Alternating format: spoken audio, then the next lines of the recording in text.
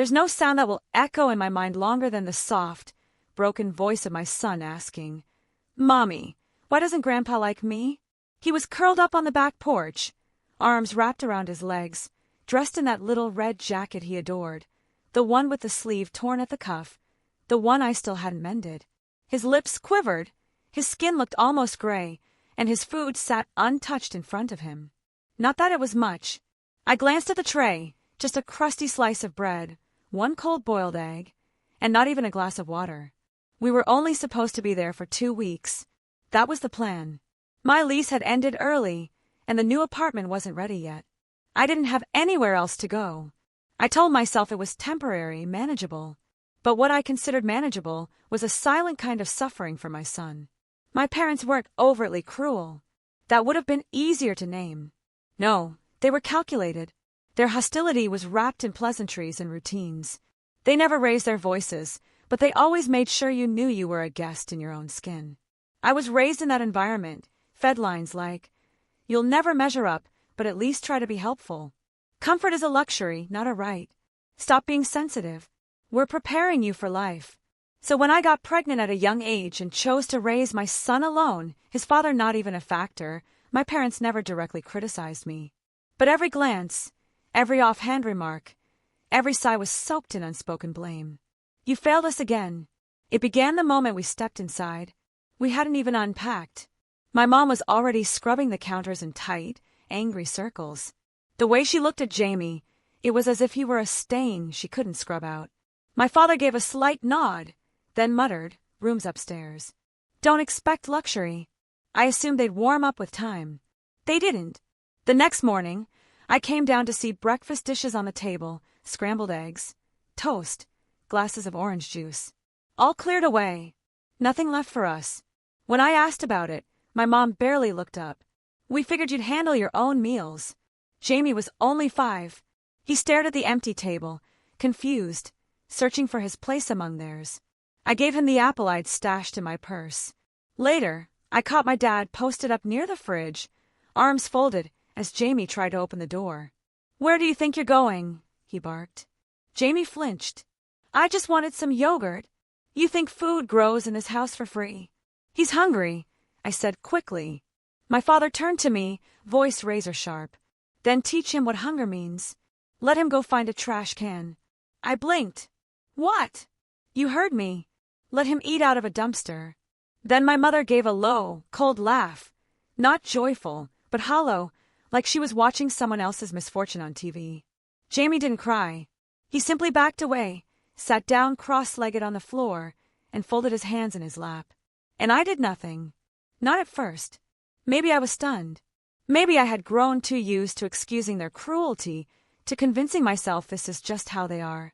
But that night, when Jamie whispered that question, "Why doesn't Grandpa like me?" something broke inside me. I didn't lash out. I didn't cry or slam doors. I waited. I planned. I decided what needed to be removed first. The next morning, I rose early, before anyone else stirred. I made Jamie a piece of toast, quietly packed our bags, dressed him warmly, and gave him his favorite cereal bar, even though it was the last one I had. Then I walked through that house, every single room, and began to erase myself. Not in a fit of rage, but with surgical calm. The fresh fruit they hoarded, gone. The old throw blankets Jamie wasn't allowed to touch because he might soil them, donated. The paperwork I had organized for them 2 nights ago, shredded. And the framed childhood photos of me in the hallway, me smiling through bruises they thought no one could see, I ripped those up without hesitation. I didn't touch a thing that was valuable. I didn't destroy anything that belonged to them.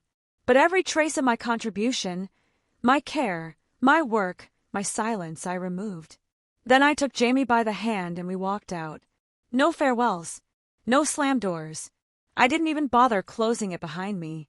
Because how do you shut the door on a place that was never truly open to you? 2 days later, Jamie and I were sleeping in the car outside a rundown motel. It wasn't romantic or brave. It was cold and cramped. But it was ours. I'd sold off a few old things in storage, items that didn't carry memories. Scraped together enough cash for a week in a budget extended stay. The kitchenette was grimy, and the sheets were paper thin. But Jamie lit up when he spotted the mini fridge. He pointed at a plastic-wrapped muffin I'd picked up at a gas station. "Mommy, is that for me?" He asked like he wasn't sure the answer could ever be yes. I nodded, holding back tears. "It's all yours, sweetheart." That's when I realized it wasn't about hurting my parents. It was about cutting the cord they'd used to strangle me and calling it love. It was about protecting my son from the shame they passed off as tradition. I never reached out again. No texts, no explanations, no apologies. 3 days later, my mother messaged me. "At least tell us where you left your dad's pension paperwork. You were organizing those files." Then another. "That sewing machine you took was mine."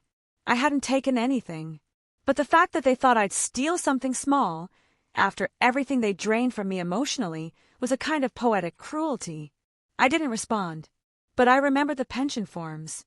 I didn't take them. I left them behind, smeared with coffee. Not on purpose, but I didn't wipe them off either. A week passed. I got a call from Krista, an old friend from childhood. She worked at a neighborhood after-school center. They were short-staffed. She asked if I could help with admin work, snack prep, and weekend shifts. I accepted the job. The pay was bare minimum, the hours short, but it was honest and steady. The other kids took to Jamie right away. They treated him like he mattered, not like a problem, not like an inconvenience, and definitely not like he was disposable. He started to shine. I eventually found us a tiny basement apartment in a town 2 stops away. Just one narrow window, a leaky faucet that moaned when used, but we found rhythm there. I showed Jamie how to make scrambled eggs. He showed me how to fold little origami birds. It wasn't luxurious, but it was more than I'd ever been given. Now and then, updates from my old life would filter through via Krista. Not rumors, just facts. My father had gone to his retirement advisor to finalize some paperwork, but the documents were incomplete. Some signatures were missing. Ink had smeared across important dates. He needed to redo the entire process. But the originals? Nowhere to be found. I hadn't done it on purpose, but I didn't feel bad either. He had to make the trip to the county office himself to start over. But here's the truth, he didn't know how. For 3 decades, I'd been the one to fill out those forms, book the appointments, balance the bills. While my mother whispered behind closed doors that I was just a mooch, I was the quiet backbone holding everything in place. Now, without me, they had to figure it all out alone. They'd spent a lifetime convincing me I was a burden. Now they were learning what absence really looked like. A month later, I bumped into my mother at a corner store. At first, she didn't recognize me. My hair tied back, wearing a second-hand coat, cradling a bag of marked-down groceries. But Jamie was with me. He stood tall, healthy and proud. Her face flickered the moment she saw him. She took a step forward as if to speak, maybe to pretend she cared. But Jamie moved behind me, didn't look at her, didn't speak, and her hand, halfway raised, fell to her side. "You look different," she murmured. I gave her a smile. I finally started eating. Her mouth opened to reply, then shut again. She stood frozen in the doorway as I walked right past her and paid in cash, the same kind they always said I'd never earn on my own.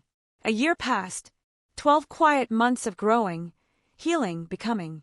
I didn't share much with Jamie about my parents. He never asked, and I didn't offer. He was too busy learning to read, catching bugs in the park, calling me Chef Mommy every time I flipped pancakes from a mix. We didn't have much, but I had built a home where silence didn't equal fear, where dinner wasn't conditional, and love wasn't a scarce resource. Then one afternoon, an unknown number rang my phone. I almost let it go, but something made me answer. "Hello," a stiff voice said. Is this Erica?" It was my father. There was an emptiness in his breath, like he'd rehearsed the call but didn't know what to say next. I stayed quiet. He took my silence as a cue to continue. "I just thought you should know. Your mother had a fall last week. Broke her hip." He hesitated. "I've been trying to get things in order, but—" He trailed off. Then came the real reason. "You know, we're not as young as we used to be." There it was. The quiet bait, the unspoken plea under the words. He hadn't called to apologize. He called because they were struggling. "I'm not sure how to submit her medical paperwork," he added. "You always took care of those things. I thought maybe, if you had a few minutes. I ended the call. No anger. No tears. Just one calm press of a button. Then I set the phone down and stared at the wall, motionless. That night, Jamie and I sat cross-legged on the floor. I pulled out a box from beneath the bed, a collection of old photos, letters, documents I hadn't touched in over a year. I came across one picture. I was 7, standing by the kitchen table, wearing an apron, pouring soup into 3 bowls, none of which were mine. Scrawled across the bottom in my father's handwriting.